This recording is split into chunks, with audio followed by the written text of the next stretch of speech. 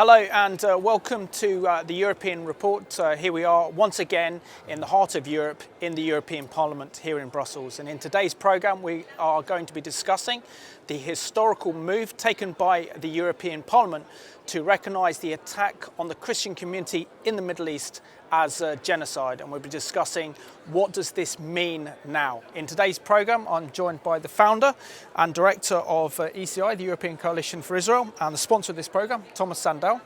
And it's an absolute pleasure to have Lars Adaktusson, MEP, Swedish MEP and former broadcast journalist, and also Rima, Tuezuen, who is the head of foreign affairs at the European Syriac Union. So welcome to the programme. I'll first start off with you, Lars. Now you've got a very distinguished career as a broadcast journalist. You covered the Middle East. And how has your journalism shaped your politics here in the European Parliament? Well, that's a good question. I think I bring a lot of good experiences from the media sector into my work here in the Parliament. I've been, as you mentioned, I've been a foreign correspondent for quite many years. I've been based in different places around the world, so I have the interest and the knowledge, hopefully, when it comes to foreign policy, and I also have the skills when it comes to, and the knowledge when it comes to communicate, and that's also something that I feel very much in politics. There are similarities on these areas when it comes to the media sector and politics. So it's a quite good background actually to go into politics from the media. And I have actually a few other colleagues here in Parliament who have the same background, so it's not that unusual. Superb. So you're doing incredible work here. And Thomas, you've been very much involved in this campaign to get people to wear the Jewish kippah or skull cap in support of solidarity of the Jewish community, particularly those in France.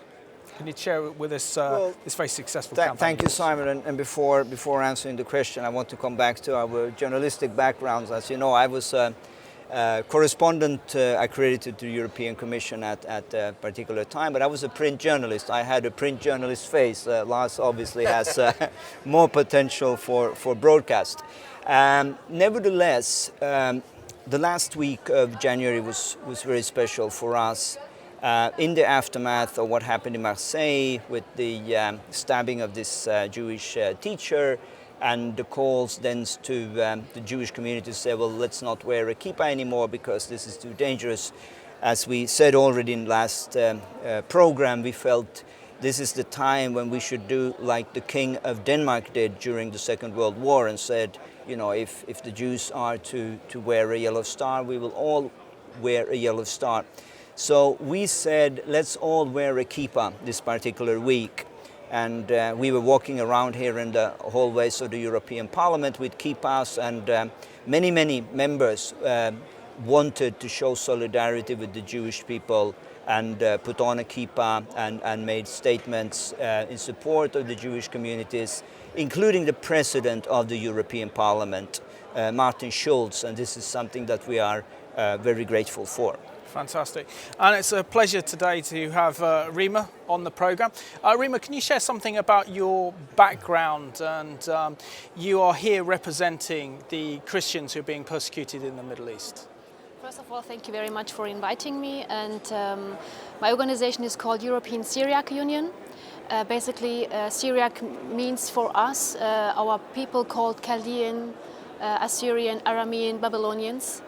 And we are the people recognized for as Christianity, so we are very bound to our Christianity. And we are actually representing Christianity in the Middle East. And as European Syriac Union, our main work here in Europe is to represent the needs and to speak about the situation of the Christians in the Middle East. And we have a function as a lobby organization, and it's very important for us to be the bridge, really to get out what is happening on the ground. Also, what efforts have our people in order to be recognized as a people. We are indigenous people of the Middle East, but unfortunately now we became a minority, a religious and an ethnic minority. So it's a struggle, and it's very difficult because although we are Christians, the main difficulty we have is really to get the ears of the Christians in the Western world. And this makes us, of course, very keen to do more and more. The latest situation, I think we see there is a little bit of change. There is a more interest to really do something because we are now facing a serious situation, which is the eradication of Christianity in the Middle East. And although we are a lobby organization, but also since 3 years we are providing a lot of humanitarian aid. And also because we think it's very important to help the people there not to leave, because we don't want the Christians to leave. Absolutely. So in general, we can say that our role is to really demand the legitimate rights of our people, also to speak out the truth, what is happening, what massacres happened, what killings, what kind of policies, and all what is happening today in Iraq and Syria. I mean, we already went through so many things like 100 years ago in Turkey, and now it's even coming back. It's a déjà vu, and it's not stopping. And of course, it's helpful to have today this recognition of genocide, but to be honest, it hurts also. Until now, the world was only watching and no action, and really grateful for having this possibility to be here and to speak as a representative of our people in it's very important, and it matters to us as well, because the Christians need help, particularly in the Middle East. But Rima, can you share with us your experiences and what you've seen and what's happening to your people both in Iraq and in Syria at the hands of ISIS? First of all, what is happening today, I mean, the world, I have been in many conferences last year here in the European Parliament, and for the first time I heard that there was awareness about what it means to be a Christian in the Middle East, and what it means if Islamic organization asks the people, you have to convert, or you have to pay, or you die. These were words even not known by the Western Christians. And now you see this symbol, the Nasrani symbol, which means Christian. It has become a logo for many Christian organizations. And now we know what is happening against the Christians. The first time when it happened in Iraq and in Syria through ISIS, when they attacked our places, our homeland, like the Nineveh Plain and Mosul, it became a definition for us. But as I said, it's not happening from now, from 3 or 5 years ago. What was happening in Iraq is actually that from 2003, in the name of democratic transition, more than 1 million Christians had to flee Iraq. And it's not from ISIS. From ISIS we know that maybe 400,000, but where is the other million? So we have to ask another question. And to be honest, when I have Tom here, I mean, it's very important. He's advocating for the Jewish. Why? Because they need to have support. And I have to give here an example. I mean, what happened to the Jews in the middle of Europe? A genocide. But even when they went back to Israel, how they were able to stay all these times and to resist? Because they were able to defend themselves. And they were not relying to anyone to come and to protect them. And this is the only reason why Israel is in this position. And we have to ask ourselves now in Europe, what is our responsibility against the Christians? I mean, ISIS, they came, they attacked us, they took out everything from us. They make it very obvious what was all these years happening. You see, it became a picture in front of our eyes. It was more clearer, but it was happening all the time. So there we have to ask why, and what is now the need, what we need to do now. And I'm very happy with the questions you have, because it is really about all of us. It's not only about the Christians in the Middle East anymore. Because it arrived in Paris, and yes. I can say if the Christianity is weakened in the Middle East, it means that in Europe it is almost gone. No, absolutely. And Lars, I want to bring you involved in this conversation, because you've been instrumental in getting what's happening to the Christians in both Syria and Iraq at the hands of ISIS recognised as genocide, and getting the European Parliament to recognise that, which is a very, very powerful statement, not only to ISIS but to the rest of the international community. Can you share how you achieved that and where do we go from here? It has been a process, of course, and my commitment started back in the beginning of the election campaign 2014, and I wrote about this in Swedish in a Swedish context, and I got a lot of reactions, from people who didn't know how bad the situation is. So I started to focus on this together with my office and my staff, and we found out also when I came into the parliament that this issue was not on the agenda, right? So we tried to, in the first stage, to press for a safe haven in northern Iraq in order to get some kind of at least temporary solution in order to get it possible for people to stay in the region, not to be forced away. This discussion about this safe haven was the first step, and it was, I mean, the idea was to have an international guarded safe haven and make it possible for people to stay. But after the passing of this resolution in last March, not very much happened. So I thought it was really urgent to take another step in this issue, and so the idea came up to press for a recognition of genocide. And so I started the work with a resolution, and I got support from EPP, my own group here in the parliament, which is the biggest group. And we started the process, and we got approval for an oral question with a debate and a resolution from the Council of Presidency, Council of Presidents in the parliament. So that was pretty much a first step in this process, and then we had negotiations, of course, between the different groups, and it all ended up with broad support for the resolution, which says that genocide is going on. Genocide is committed by the IS against Christians, Yazidis, and also some other minority groups in Iraq and Syria. And I think this is really an important signal. I mean, here is politicians, political representatives from 28 countries signing this resolution, talking about genocide. That's really a strong political signal to the Commission, of course, to the governments, member states' governments, but also to the international community, that we see and we recognize what's going on, and this is the worst crime according to international law, namely genocide. Yeah. And Tomas, we know that with international law, particularly when it comes to using the term genocide or classifying attacks on Christians and Yazidis and other minority groups as genocide, there is a moral and legal responsibility to act. How can the European Union act to prevent further atrocities and to prevent further genocide in the Middle East? Well, I think we've seen a very good first step. I wouldn't call it a first step, maybe a third or a fourth or a fifth, but Lars obviously being very, very instrumental in bringing this on the agenda, and now then having the resolution passed.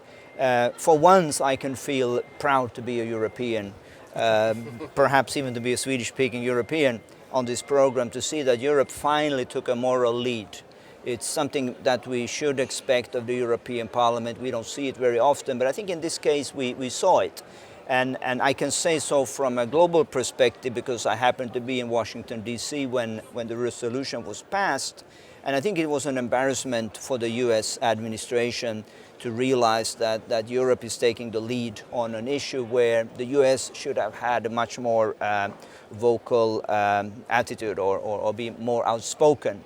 So Obviously, we know, and I heard from Lars before the program, that there's a similar process in the US Congress.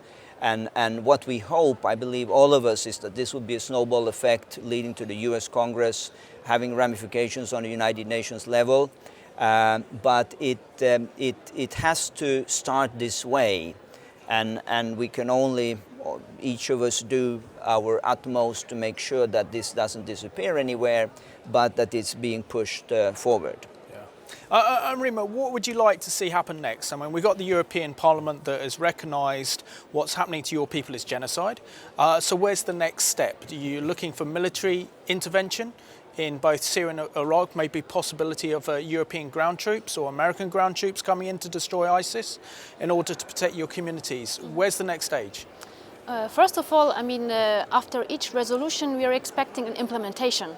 Mr. Adaktusson already mentioned the 12 March resolution, where it was adopted that a safe haven should be established for the Christians in the Nineveh Plains. But also number 10, I guess, where they say encouraging the cooperation with the newly emerging regional and local forces such as the KRG in Iraq, Kurdish groups elsewhere, such as the role of the YPG in the liberation of Kobani, and the Syriac Military Council. The Syriac Military Council is a Christian militia established 2013. And just in August last year, we have also the Beth Nahrin Women Protection Forces, so Christian women now taking up arms now. So since we have these military forces, we have a resolution almost 1 year old, but nothing happened. No single bullet, no single cent, nothing went to the Christians. We don't expect anybody to come there to protect us, to fight for us. And it's not about Europe, it's about the politics to come there. It's about what is the role of Europe now, what they should do. We don't want them to send soldiers or UN soldiers. It will not make a difference. What we need from Europe is really to take serious our people as representatives of our own. We don't want to be always under the control of other third groups. For example, if we speak about the Nineveh Plain, what happened in the Nineveh Plain? We had 7,000 armed Christians under the Peshmerga. One day before ISIS came, the Peshmerga, they took all arms away from them, and then they withdraw, and they left the people alone. So this is what is happening. When they always let our fate in the hands of others, this is what will happen. This is why we need to be accepted, to represent ourselves. It's the same. I went to many embassies in Iraq, and yeah, you have to go within the system of Peshmerga, they will get the weapons, they will get your portion. No, why? I want my portion by myself. I don't want any European, any American to come there to fight for me. I can do it by myself. And this is what we already do, and what we did. And we lost lives, we lost people. People, they had no bullet to fight because they were out of bullets, and this was a reason why we had 200 people captured in the Khabur Valley. So what we need now is Europe. You can mediate, you can be a facilitator. Mr. Barzani, come here, sit down with these people. What is your interest? What is your interest? But do not let my fate within the hands of Mr. Barzani or any others. I mean, in Syria now we have a model. What is the situation of the Syriac people? Where are you standing? What do you need from us? How we can support you? And please don't speak with Christians. They are Christians in the name, but they are not accepting themselves as Christians. We had this scenario with the Syrian opposition. So many Christian figures, but none of them was a Christian. They were more artists than being a Christian. But they only have been used as figures. So we have the Christians here representing the Christians on the table. No, we want the right people to come and to represent us. When we have these people, and if you ask us, we will provide you these people, because they are leading the people. If civic society, if cultural, if political, if military, the people, they're really, really, I mean, we are doing our utmost best, but we need the support of Europe, and we need implementation. We need something concrete. No, absolutely. Yeah, just and underline, implementation is absolutely crucial. And as always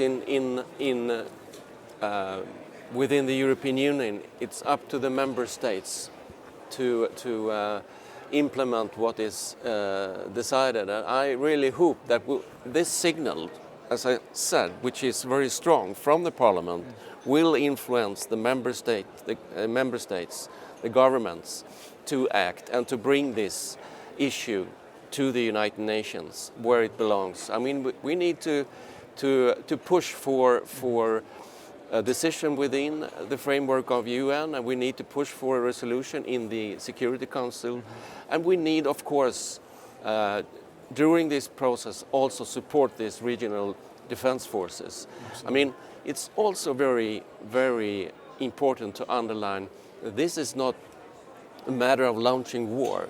This is a matter of self-defense. This is people who are attacked by the most cruel forces we have seen since World War II. They have the right to defend themselves, and they are not able to defend themselves today out of many reasons. So we have an obligation, a moral obligation, not Absolutely. At least after this resolution now has passed, to do more on the military side, to support these groups, to let them defend themselves against the evil. So, I mean, there is always a debate going on.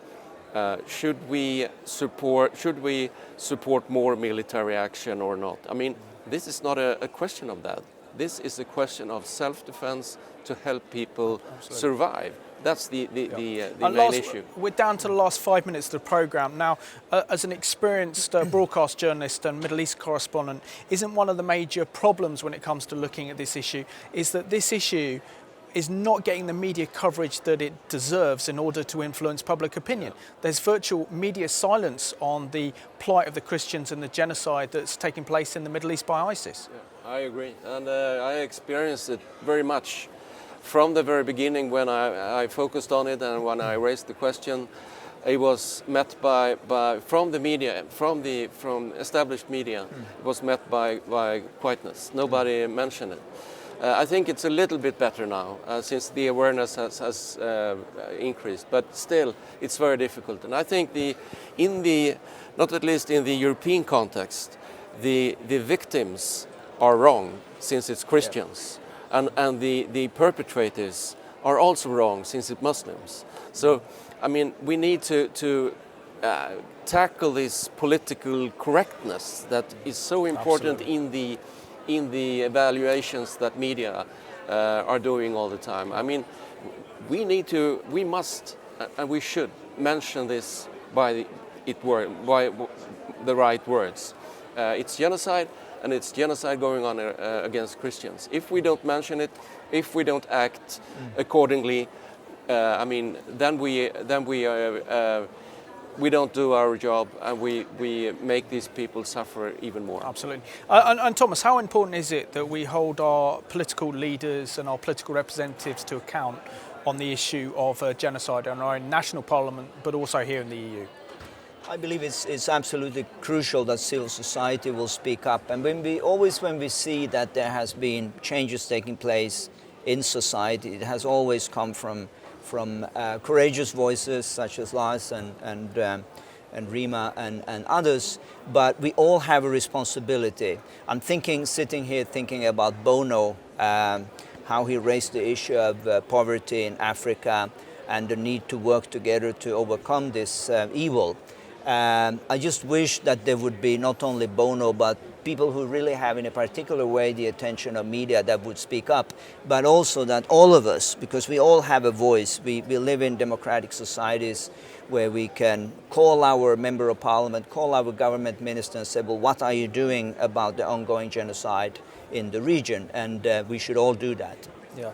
And Rima, what can our viewers who are watching this programme today, who have been touched by what you've said and the plight of your people, that they need defence, they need to be armed, and they need representation?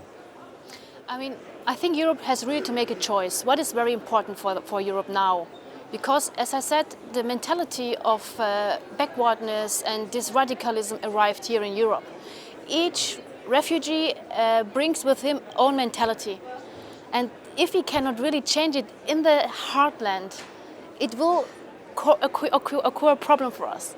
And Europe has really now to decide what is more important. Is it really the economical benefits of having oil and gas and things like that, or is it really the human being, our Christianity, what makes us human beings and different from these barbaric people?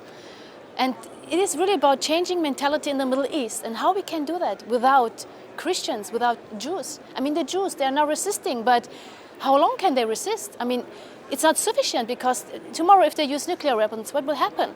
So both are very, very needed, the Jews and the Christians, to live there, to stay there. And therefore, it's really now about Europe to decide what is crucial, because what will happen in the Middle East, it will affect us here in Europe. And this is what I can say, and I'm really looking forward to work with Mr. Adaktusson. He's really very keen to help our people and many others in the European Parliament and in Europe, and I hope we can really have a better outcome, because it's not about any more watching. I mean, I'm very grateful for these kind of programs, because this makes awareness within our Christian community in Europe, so that we all go out and ask our MPs or MEPs to do something, to change something, and not anymore only watching. And really, what is more important, the people or the money? I don't know what to say. Good question to leave. So just want to thank you for joining us on today's European report, and thank you for the incredible work that you're doing, Lars, and also Rima, for giving such a strong and powerful voice to your people, and for Tomas for being rock solid in your support and defence of Israel and democracy and freedom. And the Christian people. And the Christian people, absolutely. So I just want to thank you for watching today's European report. We've learned really that the European Parliament, thanks to the incredible work being done by Lars, our MEP here, in getting the European Union and the European Parliament to recognise that what's happening to the Christians in the Middle East at the hands of ISIS is genocide. So it's important that we continue to put pressure on our political representatives to ensure that these valuable, precious Christian communities in the Middle East are protected, so that a further generation can have the freedoms that we enjoy here in Europe. So thank you for watching today's European report.